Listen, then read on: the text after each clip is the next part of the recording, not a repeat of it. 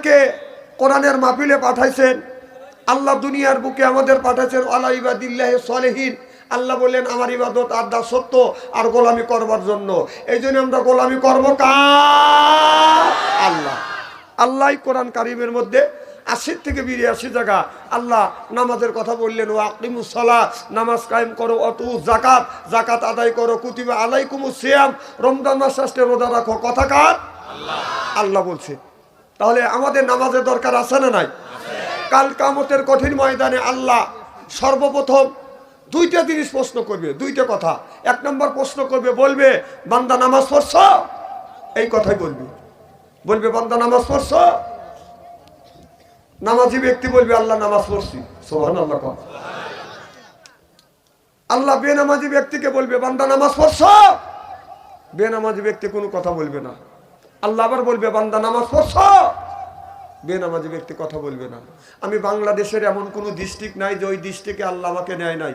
আমি প্রত্যেকটা জেলায় গিয়ে স্টোরদের দেখেছি বাংলাদেশের মধ্যে সবচাইতে চালাক ব্যক্তি কারা? যারা ৫ ওয়াক্ত আযান শুনলে নামাজে যায় না, এরা হলো চালাক মানুষ।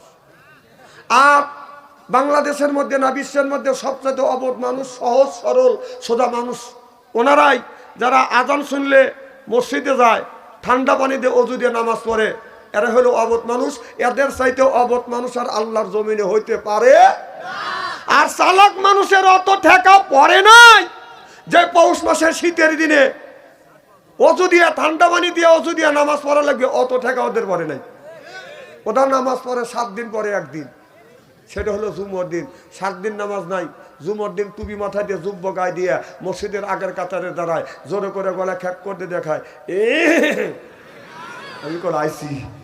এরকম মুসল্লি আছে না? ওদের নামাজ আবার 2 রাকাতের ভিতরে সীমাবদ্ধ। কয় রাকাত?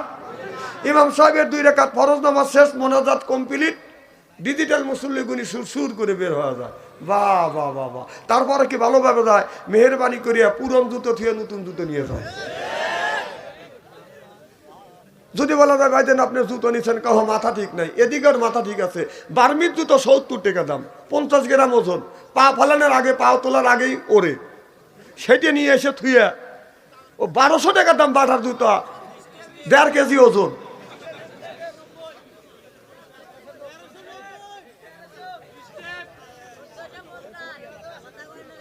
কথা বলা যাবে না, আমি যেটা বলতেছি ওইটাই তোমরা গ্রহণ করো। আমার কথা বোঝো নাই?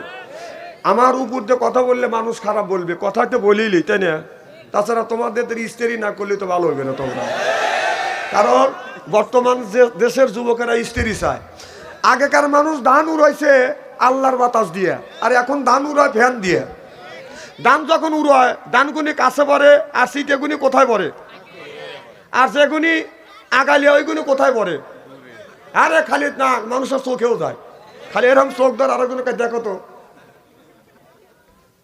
দান হয়ে থাকো। আর কি বেশি বলা লাগবে নাকি? জ্ঞানীর জন্য এই কথাটি যথেষ্ট। তো আল্লাহ নামাজের কথা বলবে। আল্লাহ বলবে বান্দা, বেনামাজি কি বলবে বান্দা নামাজ পড়ছো? বেনামাজি ব্যক্তি বলবে আল্লাহ নামাজ পড়ছি। আল্লাহ বলবে নামাজ যখন পড়ছো বেহেশতে যাও। নামাজি ব্যক্তি বেহেশতের দিকে রওনা করবে, বেনামাজি ব্যক্তি 1 পা 2 পা ফেলবে। আল্লাহ যখন নিষেধ করবে না, বেনামাজি ব্যক্তি মনে মনে বলবে। দুনিয়ায় কত আলেম ওলামা বিটিভি দর্শনকারী বলেছে যে নামাজ না পড়লে আল্লাহ জান্নাতে দিবে না। আমিও নামাজ পড়ি নাই, আমার আব্বা পড়ে নাই, আমার দাদাও পড়ে নাই, একটা মিথ্যা কথা বলে আল্লাহর জান্নাতে যাচ্ছি, কি খুশি। আমি কই আগিয়ে যা, জান্নাত তোর বাবার না। যাইতে যাইতে জান্নাতের দরজার সামনে গিয়ে দাঁড়াবে, লক্ষ্য করে দেখবে বিরাট বড় তালা ঝুলতেছে। তালা বোঝেন তো? নামাজি ব্যক্তি হাত লাগাবে, তালা খুলিয়ে দেবে। সুবহানাল্লাহ। বেনামাজি ব্যক্তি তো চালাক কম না, ও বলবে নিজেও যদি নামাজ না পড়ছি, পাবলিক পড়ছে এটা তো দেখছি। এসে আগামীকাল শবে বরাত, ওই দিন দেখেন নামাজ পড়ায় হিরিক। হ্যাঁ, কিছু লোক সারা বছর নামাজ নাই, কালকে আগামীকাল নামাজে যা আল্লাহর কাছে হাত তুলে বলবে আল্লাহ বাংলাদেশ লেহে দেও। আল্লাহ কায় দেবো নে, তোমার বাবার বাংলাদেশ। হ্যাঁ, সারা বছর নামাজ নাই, শবে বরাতের দিন যে আল্লাহর কাছে বাংলাদেশ চাবি। বাবা, শবে বরাত সব মানুষের জন্য না। যারা সরকারি চাকরি করে বছরে 2টে বোনাস পায়। সুবহানাল্লাহ, এটা জোরে কর। আল্লাহ কয় যারা 5 ওয়াক্ত নামাজ পড়ে তাদের জন্য আল্লাহ বছরে 5টা বোনাস রাখছে। সুবহানাল্লাহ বাড়ির যা বললি হবিনি। তাহলে সরকারি চাকরি করে, আল্লাহ বলেছেন সরকারি যদি চাকরি করে তাদেরকে মানুষ যদি বছরে 2টা বোনাস দেয়, আল্লাহ বলে যারা 5 ওয়াক্ত নামাজ পড়ে আমি আল্লাহ বছরে তাদের 5টা বোনাস দেই। সুবহানাল্লাহ তো দরকার। এই নামাজি ব্যক্তির জন্য 5টা বোনাস, সেটা হলো শবে বরাত, শবে কদর, শবে মেরাজ, আশুরা, ঈদুল আজহার, ঈদুল ফিতর, এই যে 6টা যে রাত আছে তাদের জন্য বোনাস স্বরূপ আল্লাহ দিছে। আর যারা নামাজ পড়ো নাই সারা বছর, কেউ যা প্রেমিক এক চাইবে কথা কন, আল্লাহ এইটা শুনবে। নামাজ নেই, কালাম নেই, বহু চাইও, ওদের জন্য নামাজ।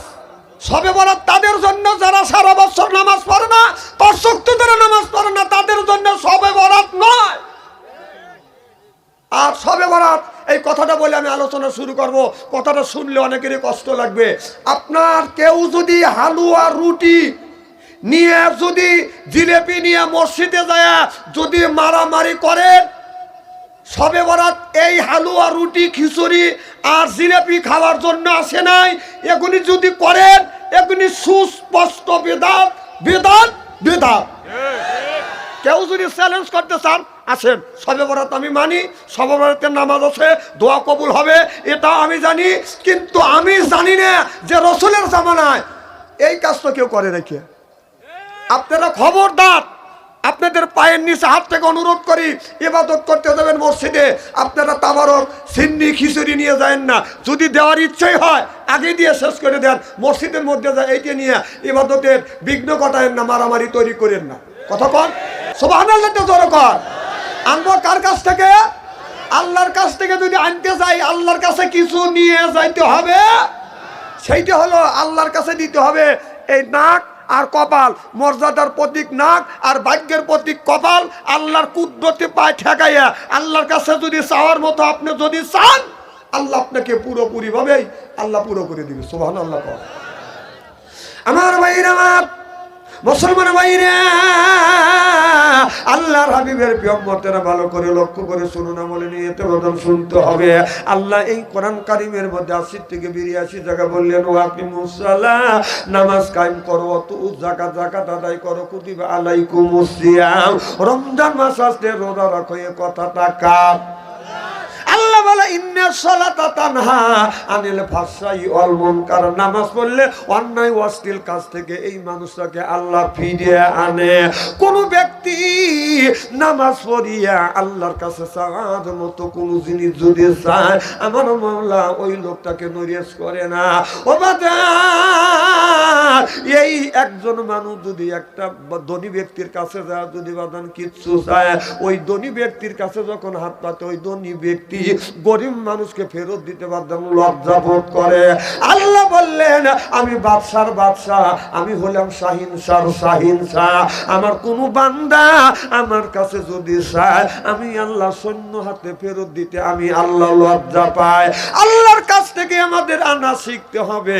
আল্লাহ বলে তোমার ভাগ্যের প্রতীক কপাল, মর্যাদার প্রতীক নাকটা আল্লাহর কদমে ঠেকাইয়া আল্লাহর কাছে যাইয়া যদি বলা যায় সুবহান রাব্বিয়াল আলা, আয় আল্লাহ আমার ভাগ্যের প্রতীক নাক, আমার ভাগ্যের প্রতীক কপাল, আর মর্যাদার প্রতীক নাক ঠেকাইয়া আল্লাহ আমরা সুবহান রাব্বিয়াল আলা, আল্লাহ এই মাথাটা তোমার কাছে অবনত করেছি, আল্লাহ আমাদের সিজদাটা কবুল করে নাও। সিজদা করবার মতো যদি সিজদা করে, এই সিজদা কবুল করে নিবে কে? আজকে আমরা সিজদা করি না, আমরা নামাজও পড়ি না। নামাজের কথায় আল্লাহ 80 থেকে 82 জায়গা যদি বলে থাকে, কোন জ্ঞানে নামাজ ছেড়ে দিয়ে মাথায় রাখছো বড় বড় চুল, ওই লোকটা করে বাদান ভুল। পরনে হলো পাটের শালা, হাতে হলো ত্রিশূলা লোহার বালা, গলা হলো পুটির মালা। আমি হিসাব করে দেখলাম ওই লোকটা অরিজিনাল শয়তানের শালা। নামাজ নাই, রোজা নাই, হজ নাই, যাকাত নাই, খালি বান্দারি গজল গায়। বলে বাবা বান্দারি,